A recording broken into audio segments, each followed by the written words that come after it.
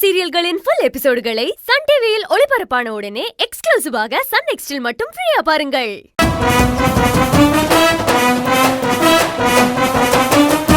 என்ன அவமானப்படுத்திட்டா போறவ திரும்ப வரமாட்ட. உனக்கு ரொம்ப நாளா முடிவு கட்டணும்னு நினைச்சுக்கிட்டு இருந்த, அது இந்த நாள்னு இப்ப முடிவு பண்ணிட்ட.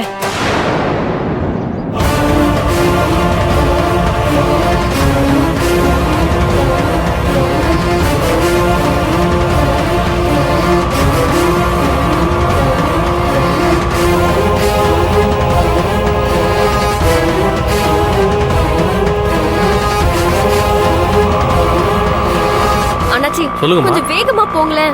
சரிம்மா.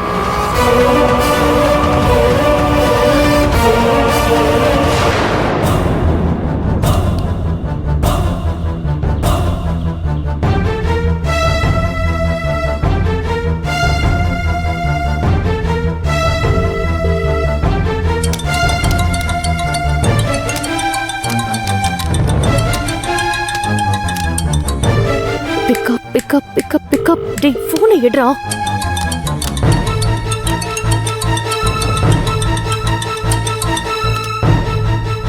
சொல்லுங்க மேடம், என்ன திடீர்னு ஃபோன் பண்ணிருக்கீங்க? பாஸ்கர் எங்க இருக்க? மெக்கானிக் ஷெட்ல தான் மேடம். ஏதாவது அர்ஜென்ட் ஒர்க்கா?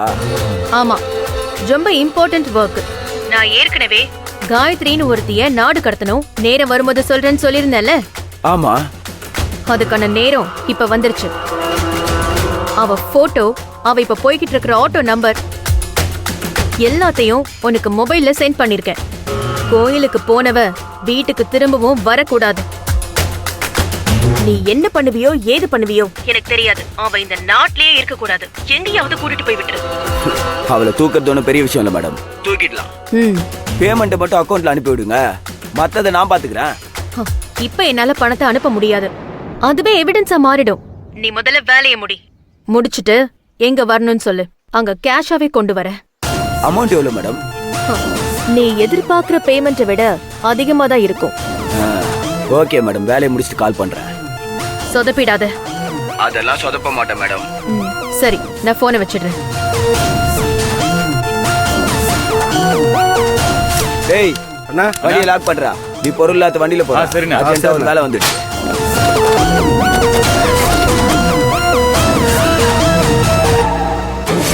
இன்னியோட உன் தொல்லை ஒழிஞ்சுதுடி.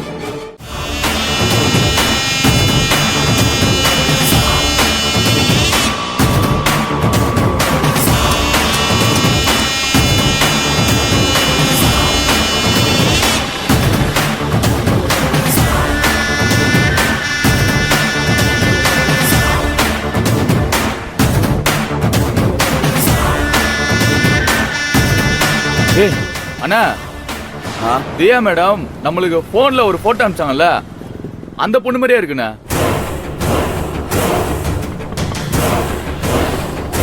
ஏய் ஆமாண்டா, சீக்கிரம் வாடா.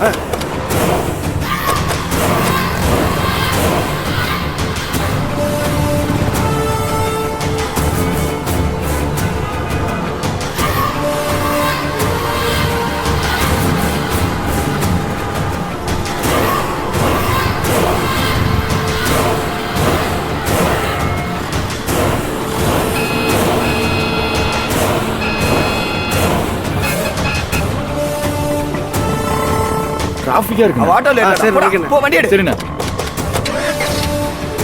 சீக்கிரம் போ. அண்ணாச்சி கொஞ்சம் வேகமா போங்களேன். இதுக்கு மேல வேகமா போக முடியாதுமா, ஃபுல் ஸ்பீடுல தான் போயிட்டு இருக்கேன். அப்படி இல்ல அண்ணாச்சி, அது முன்னாடி போய்கிட்டு இருக்க அந்த காரை பிடிக்கணும். அதான் நீங்க அதுக்கு கார்ல தான் போயிருக்கணும். நீங்க ஸ்பீடா போகணும்னா காரை பிடிச்சு தான் போகணும். ஆட்டோ இவ்வளவு ஸ்பீடு தான் போகும்.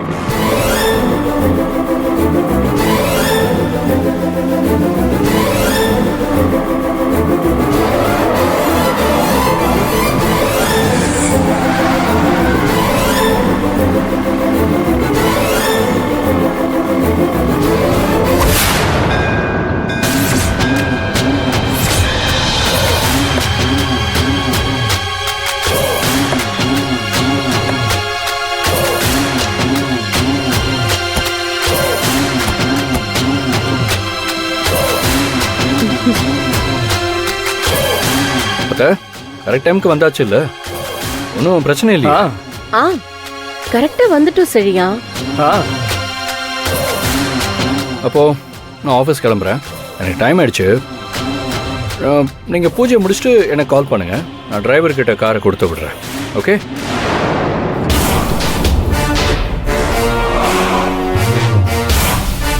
செலியன், என்ன மாமா?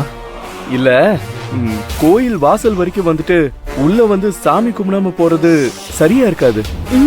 வாப்பா, சாமி தரிசனம் பண்ணிட்டு போலாம்ப்பா. மாமா ஆல்ரெடி லேட் ஆயிடுச்சு, நான் சாமி எப்படியோ பார்த்து மனசுல கும்பிட்டுக்கிட்டு இப்படியே கிளம்புறேன். செழியா, எவ்வளவு வேலையா இருந்தாலும் அது சாமிக்கு அப்புறமா தான்ப்பா. சாமிக்கு தான் முக்கியத்துவம் கொடுக்கணும். அப்பதான் அந்த வேலை நமக்கு சிறப்பா நடக்கும். உங்க ஒர்க் சிறப்பா போகணும்னா நீ இன்னைக்கு எங்க கூட வந்து சாமி கும்பிட்டுட்டு தான் போகணும். இல்ல ரேஷ்மா, அம்மா ஆஃபீஸ் வந்துருவாங்க. நான் டைமை கரெக்டாக ஃபாலோ பண்ணாம விட்டுட்டா ஏன் லேட்டா வந்தேன்னு அம்மா கோச்சுப்பாங்க. அது ஷோ, அன்னிக்கிட்ட கோவிலுக்கு போயிட்டு வந்தேன்னு சொன்னா அவங்க அதை கேட்டு சந்தோஷப்படுவாங்க, கோச்சுக்கல மாட்டாங்க.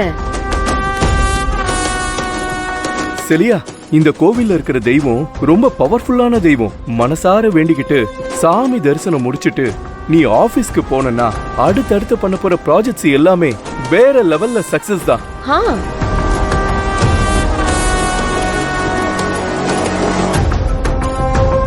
இவ்ளோ தூரம் மம்மியும் டாடியும் கூப்பிடுறாங்கல்ல, வா செழியா. ஓகே, நான் காரை பார்க் பண்ணிட்டு உள்ள வரேன்.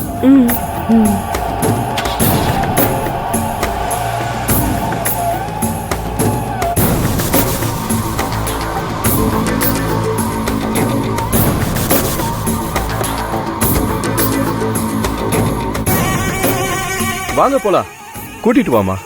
Okay daddy.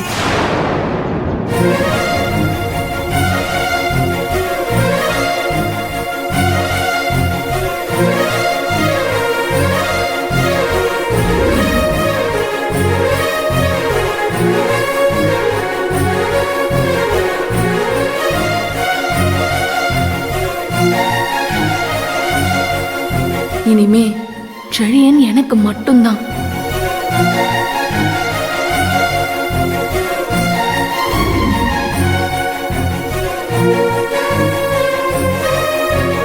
என்ன ரேஷ்மா அப்படி பாக்குற?